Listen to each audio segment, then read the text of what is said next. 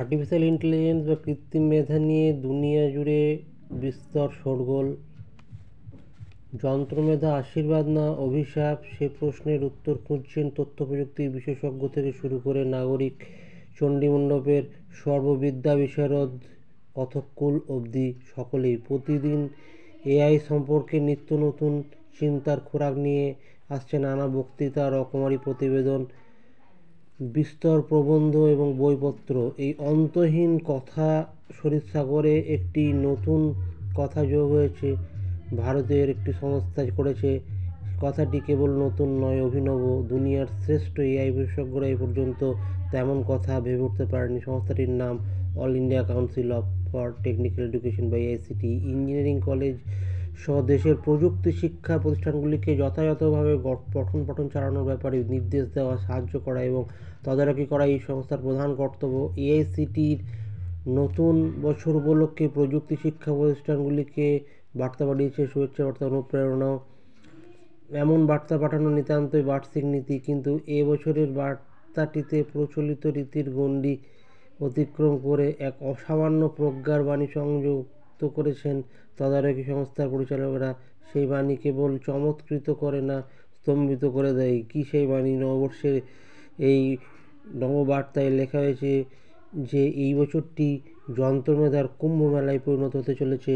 গঙ্গা, যমুনা এবং লুপ্ত বা কল্পিত সরস্বতী ত্রিবেণী সঙ্গমে যেমন কুম্ভমেলার সমারোহ বসে, এমনই এআই নামক প্রযুক্তিও সেই এক মহাসঙ্গমের পরিসর হয়ে উঠবে। তাদের বক্তব্য, কৃত্রিম মেধা তিনটি বস্তু সম্মেলনে সঞ্জাত ডেটা বা তথ্য, অ্যালগোরিদম বা সূত্রমালা এবং কম্পিউটেশনাল পাওয়ার বা গণনা শক্তি, এমন তিনটি রূপকের স্পর্শ বাস্তবিক সাহারাই শিহরণ জাগাতে পারে। কিন্তু ওইটুকু সৃষ্টি করে এআইসিটিরা ও স্রষ্টারা সন্তুষ্ট বা নিরস্ত হননি। ত্রিবেণীর তিনটি বেণীকে নির্দিষ্ট করে দিয়েছেন তারা। তথ্য হলো গঙ্গা, সূত্রমালা যমুনা এবং গণনা শক্তি সরস্বতী। কেন, কোন হিসাবে এই পরিচিতিগুলি নির্ধারিত হলো, অন্যরকম হলো না, তার কোনো ব্যাখ্যা অবশ্য এখনও পাওয়া যায়নি। হয়তো ক্রমে ক্রমে সেই রহস্য জানা যাবে। কে বলতে পারে, অচিরেই হয়তো প্রযুক্তিবিদ্যার শিক্ষক বা ছাত্রছাত্রীদের এই বিষয়ে গবেষণা করতে হবে। তথ্য গঙ্গা, যমুনা সূত্র এবং সরস্বতী গণনা নিয়ে ইন্ডিয়ান নলেজ সিস্টেম সংক্রান্ত বড় বড় সম্মেলনে লম্বা লম্বা অধিবেশন হবে। সেখানে রাশি রাশি গবেষণাপত্র পঠিত হবে। কষ্টকল্পিত কৌতুক, উদ্ভট রসের রসিকতা। যে দেশে প্রযুক্তি শিক্ষার অধিকর্তারা যন্ত্রমেধাকে অবলীলাক্রমে কুম্ভ মেলা বানিয়ে দেন, সেখানে বাস্তবের সঙ্গে পাল্লা দেওয়ার সাধ্য কোনো কল্পনা শক্তি বা উদ্ভট রসের থাকতে পারে না। তবে কিনা এই উদ্ভট এবং উৎকট বার্তাটির প্রকৃত কার্যকরণ সূত্র বুঝে নিতে বিশেষ কোনো সমস্যা নেই।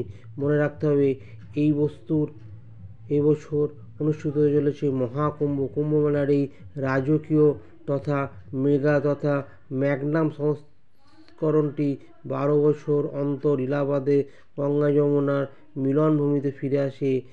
এবার তার বিশেষ মহিমা, কারণ ভারত শাসন করছেন নরেন্দ্র মোদী। উত্তরপ্রদেশের গদিতে অধিষ্ঠিত যোগী আদিত্যনাথ এবং ইলাহাবাদের নাম হয়েছে প্রয়াগরাজ। এও এক তেজস্পর্শ বৈকি। এই ত্রিধারার প্রকৃত উৎস অবশ্যই সংঘ পরিবারের হিন্দুত্ববাদ। এই বস্তুটি কেবল রাজনীতির পরিসরে তার আধিপত্য বিস্তার করে ক্ষান্ত হয়নি, আপন ধ্যান ধারণা চাড়িয়ে দিয়ে সমাজের রন্ধে রন্ধে, বিশেষ করে বিভিন্ন প্রতিষ্ঠানের পরিচালকদের চিন্তায় ও মানসিকতায় এক ধরনের যুক্তিহীন অতীতচারী কুসংস্কারের দাপট বেড়ে চলেছে ভয়াবহভাবে। এই ভূতগ্রস্ত মানসিকতা অন্ধকারেই গণেশের প্রতিমায় প্রাচীন ভারতে প্লাস্টিক সার্জারির প্রমাণ খুঁজে পাওয়া যায়। এর প্রভাবে প্রযুক্তিবিদরা যন্ত্রমেধাকে অমিত কুম্ভে পরিবেশন করতে ব্যস্ত হয়ে ওঠেন। তাঁরা সত্যই এই সব উদ্ভট কথা ভাবেন নাকি মহাকুম্ভের বছরটি সূচনার ক্ষমতা অধীশ্বরদের খুশি করার জন্য এমন বার্তা উদ্ভাবন করেছেন, সে প্রশ্ন থেকেই যাবে।